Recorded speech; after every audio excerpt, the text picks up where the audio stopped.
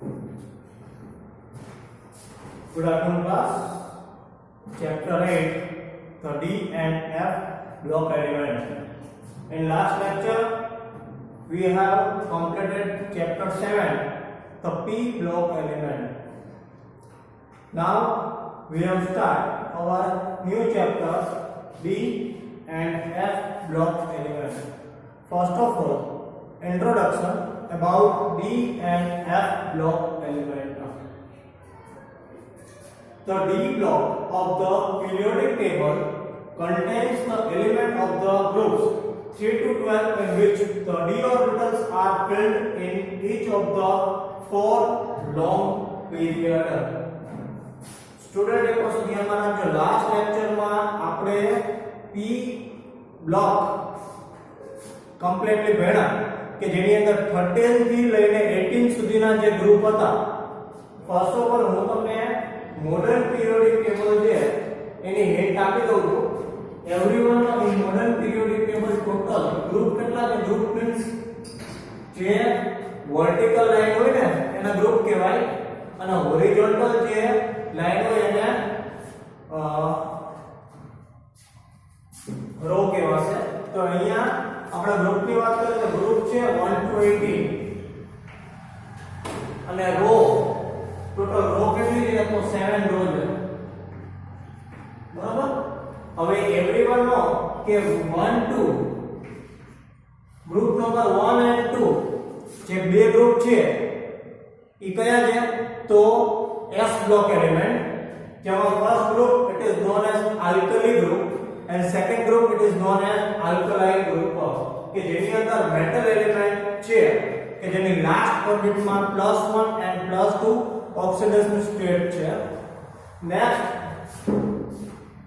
13 to 18 group last chapter માં આપણે study કર્યું કે 13 થી લઈને 18 સુધીના જે ગ્રુપ છે એને P બ્લોક એલિમેન્ટ કહેવામાં આવે છે અને મોટા ભાગના જે નોન મેટલ એલિમેન્ટ છે, ઇનર્ટ ગેસ એલિમેન્ટ છે એ 13 થી 18 સુધી તમને જોવા મળશે. આ ઉપરાંત જે મેટલોઇડ્સ છે, semi metal, it is also included in this type in P block. બરાબર. એટલે P બ્લોક ની અંદર નોન મેટલ, મેટલોઇડ્સ અને ઇનર્ટ ગેસ જે આપણે ગ્રુપ 15 16 ચાલ્કોજન 17 હેલોજન અને 18 કે જે ઇનર્ટ ગ્રુપ અથવા તો નોબલ ગેસ તરીકે ઓળખાય છે એના આપણે પ્રોપર્ટી એલિમેન્ટ બરાબર અને એના કમ્પાઉન્ડ અમુક જોયા હતા જેટલા સિલેબસમાં હતા એટલા. આ ચેપ્ટરની અંદર આપણે ડી બ્લોક અને એફ બ્લોક છે આખે આખું ઓપ્શનમાં છે એ આપણે કરવાનું નથી, બટ બી બ્લોક જે છે એ 70% નો જે સિલેબસ છે એમાં કવર થઈ ગયું છે. તો તમને ખ્યાલ હોવો જોઈએ કે મોડર્ન પીરિયોડિક ટેબલની અંદર જે 3 થી લઈને 12 સુધીના ગ્રુપ છે, 3 થી નંબર 3 થી સ્ટાર્ટ કરીને 12 સુધીના જે ગ્રુપ છે ઈ બધે P બ્લોક D બ્લોક એલિમેન્ટના છે. બરાબર. F બ્લોક ક્યાં આવશે? તો એવરીવન નો કે મોડર્ન પીરિયોડિક ટેબલ ની અંદર આખા 118 એલિમેન્ટ છે ઈ 1 by 1 શું અરેન્જ થયેલા છે, બટ નીચે પણ તમને બે રો જોવા મળશે. જે ટેબલ છે ટેબલ કમ્પ્લીટ થઈ જાય એની નીચે તમને બે રો જોવા મળશે. આ જે બે રો છે એ છે F block element, inner transition element. In this inner transition element, every element acts as a radioactive element. Why? Because it is produce radiation in atmosphere. એટલે લાસ્ટ નીચેની જે બે રો છે એના F block ના element છે જે લેન્થેનોઇડ અને એક્ટેનોઇડ સિરીઝ તરીકે ઓળખાય છે અને ઉપરની જે 3 to 12 ગ્રુપ છે એના એલિમેન્ટ P બ્લોક એલિમેન્ટ તરીકે ઓળખાશે. ચાલો ઓકે. બીજી એક વસ્તુ તમને કહી દઉં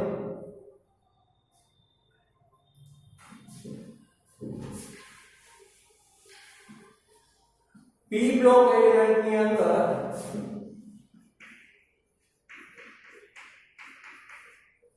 ટોટલ 4 રો છે એ આપણે ઇન્ક્લુડ કરવાની છે. D block element is known as 3D, 4D, 5D and 6D. બરાબર? આ એની સબ ટાઈપ છે. D એલિમેન્ટ છે એમાં 4 રો ઇન્ક્લુડ થઈ જાય. બરાબર? ઓકે.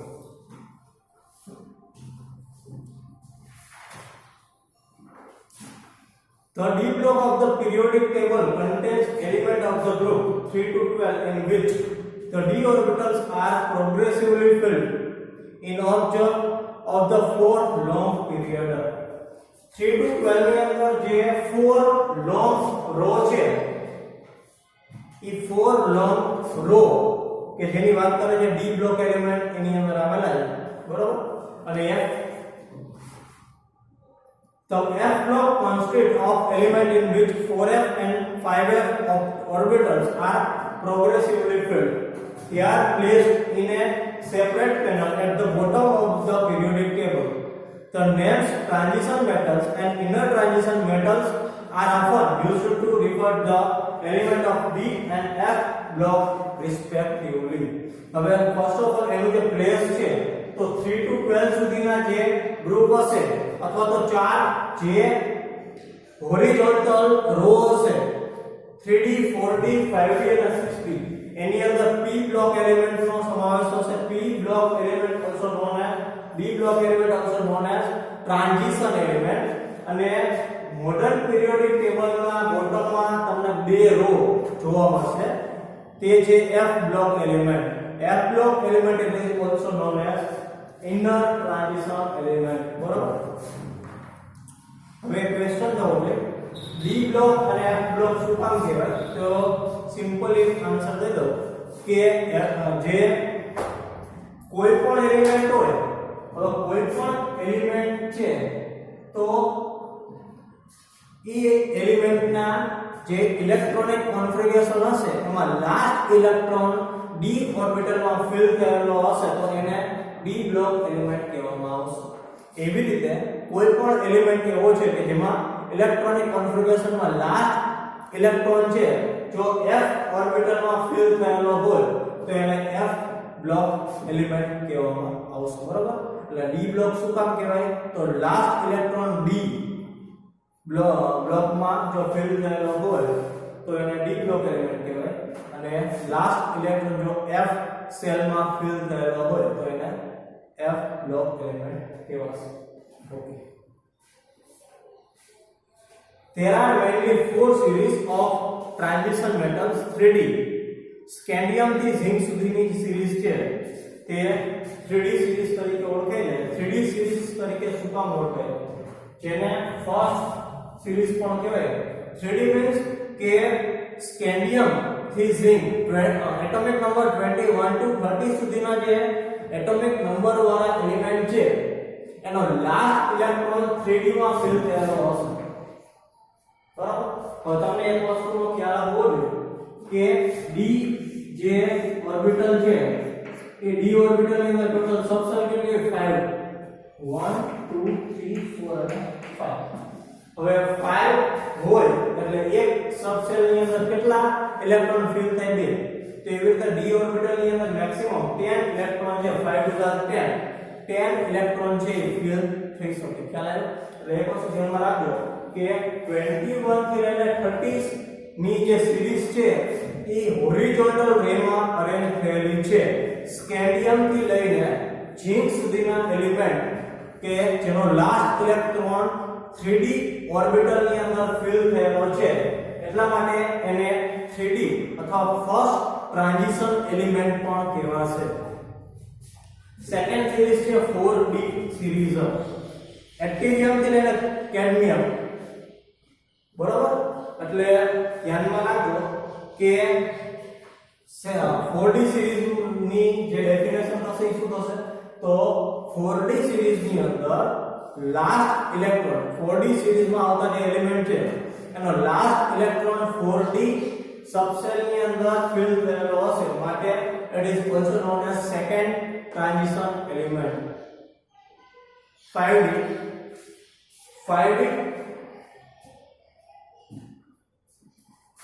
જે એલિમેન્ટ નો લાસ્ટ ઇલેક્ટ્રોન 5d ઓર્બિટલ માં ફિલ થયેલો હોય એને 5d બ્લોક કહેવામાં આવે છે. It is another name is third transition element. And last 6d series which has actinium and element from Rf to Cn. 6d series છે એ એક વસ્તુ ધ્યાનમાં રાખજો અધૂરી છે બરાબર. 6d series માં જેટલા પણ એલિમેન્ટ છે એના અમુક એલિમેન્ટ નીચે તમને જે બોટમમાં બે રો આપેલી છે એમાં ઇન્ક્લુડ થયેલા છે એટલે 6d series હાફ છે. બીજા નંબરે કે 6d series માં જેટલા પણ એલિમેન્ટ આવે છે એનો લાસ્ટ ઇલેક્ટ્રોન 6d series માં ફિલ થયેલો હશે એટલે એને 6d series ના એલિમેન્ટ કહેવાય અને એને fourth transition element પણ કહેવાશે. The two series of the inner transition element 4f and 5 are known. હવે નીચે જે બોટમમાં બે રો આપેલી છે એમાં ફર્સ્ટ રો છે બરાબર એનો લાસ્ટ ઇલેક્ટ્રોન 4f series માં ફિલ થયેલો છે માટે એને 4f series element અથવા તો lengthenoid series element પણ કહેવાશે. અને લાસ્ટ રો બોટમમાં જે સેકન્ડ રો હશે એમાં ઇલેક્ટ્રોનિક કોન્ફિગરેશનમાં લાસ્ટ ઇલેક્ટ્રોન છે એ 5f series માં ફિલ થયેલો હશે માટે એને 5f series અથવા તો એક્ટિનોઇડ series તરીકે પણ ઓળખવામાં આવે છે.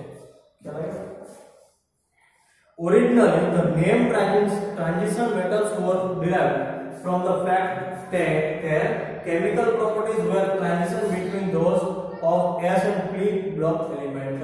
હવે એના ટ્રાન્ઝિશન એલિમેન્ટ શું કામ કીધા કેમ કે જે ગ્રુપ 3 to 12 છે D બ્લોક એલિમેન્ટ એ S અને P બ્લોકની ઇનર બિટવીન વચ્ચેના ભાગમાં આવેલા હોવાથી એનું નામ transition element પડેલું છે. Now according to IUPAC but સાચી ડેફિનેશન જે IUPAC એ તો એ શું છે પહેલા જોઈ લે. Transition metals are defined as metal which have incomplete d subshell either in neutral atom or in their ion. Zinc, cadmium and mercury of group 12 have full D10 configuration in their group state as well as their common oxidation state and hence are not regarded as a transition metal. IUPAC જે international institution છે કેમિસ્ટ્રીનું જે પણ logical જે પણ name nomenclature હોય properties હોય બરાબર એ બધું એ પોતે નક્કી કરે છે. તો IUPAC ની ડેફિનેશન પ્રમાણે ડી બ્લોક એલિમેન્ટ કોને કહેવાય તો જે ડી બ્લોક એલિમેન્ટ ની અંદર જે ડી બ્લોક છે એ સબસેલ હાફ ફિલ હોય ને unpaired electron present in d orbital. This type of d orbital known as transition element. If d orbitals are fully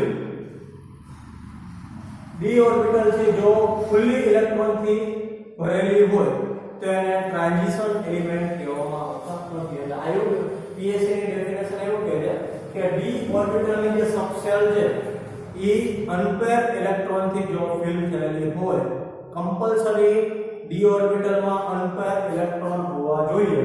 જો અનપેર સબશેલ પ્રેઝન્ટ હોય તો this type of element is known as transition element. જો જેની D orbital જેમ કે 3d10 ની અંદર D orbital fully ભરેલી હોય સબશેલ એક પણ અનપેર હોય નહીં બધી પેર બરાબર.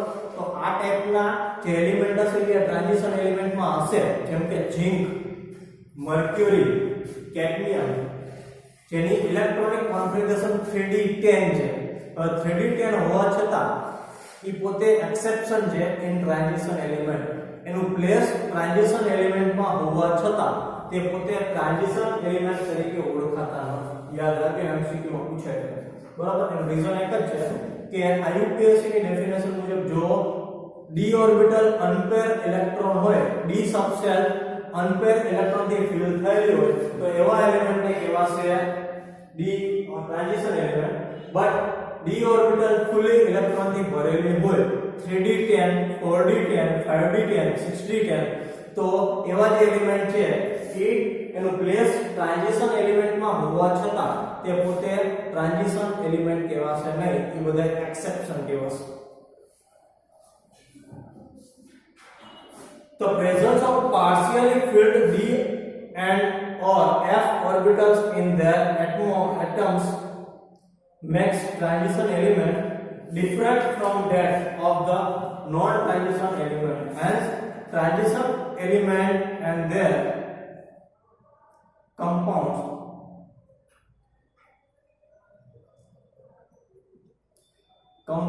are studied separately. However, the usual theory of valence as applicable to the non-transition element can be applied successfully.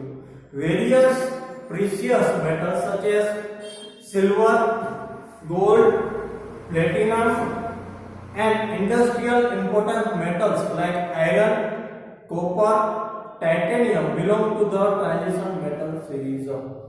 હવે ગોલ્ડ, સિલ્વર, પ્લેટિનમ જેવી જે સિરીઝ છે એ ઓલરેડી આ ટાઈપના ટ્રાન્ઝિશન એલિમેન્ટ ની અંદર છે, એને નોન ટ્રાન્ઝિશન એલિમેન્ટ કહેવાશે. આ ઉપરાંત આયરન, કોપર, ઝિંક, બરાબર, એટલે બી બ્લોક એલિમેન્ટ ની અંદર જે ઘણા બધા ઇમ્પોર્ટન્ટ ઇન્ડસ્ટ્રીયલ જે મેટલ છે એ યુઝ થઈ જાય. Position in the periodic table. The D block occupy the large middle section of the periodic table, flat between S and P block in the periodic table. હવે periodic table ની અંદર જે 3 to 12 means middle part, મોટો middle part cover કરે છે એટલા માટે એ transition element કહેવાશે. The d orbital of the pendulum energy level of the atoms receive electron giving rise to 4 row of the transition metals 3d 4d 5d and 6d. All these series of transition elements are shown in the table. એટલે હવે તમને d block element 3 to 12 groups and 4 series 3d 4d 5d and 6d. અહીંયા middle પાર્ટના periodic ટેબલના middle પાર્ટમાં એક મોટો area જે d block element cover કરે છે, બરાબર. કોને d block element કહેવાય? તો જે d ઓર્બિટલ ની અંદર અનપેર ઇલેક્ટ્રોન હોય, d ઓર્બિટલ અનપેર સબશેલ થી ફિલ થયેલી હોય તો એને d block element કહેવાશે. IUPAC definition. અને જેની d ઓર્બિટલ ફુલ્લી ઇલેક્ટ્રોન થી ભરેલી હોય એને નોન ટ્રાન્ઝિશન એલિમેન્ટ કહેવાશે, બરાબર. Zinc, mercury, cadmium, silver, gold, copernicium જુદા જુદા જે 3d 4d 5d અને 6d ની અંદર જોવા મળતા નોન ટ્રાન્ઝિશન એલિમેન્ટ છે. એટલે પીરિયોડિક ટેબલ ની અંદર d બ્લોક અને f બ્લોક ની જે પ્લેસ છે કઈ જગ્યાએ છે તમને ખ્યાલ આવી ગયો હશે. ઓકે, એની જે પ્રોપર્ટી છે we have discussed in our next lecture.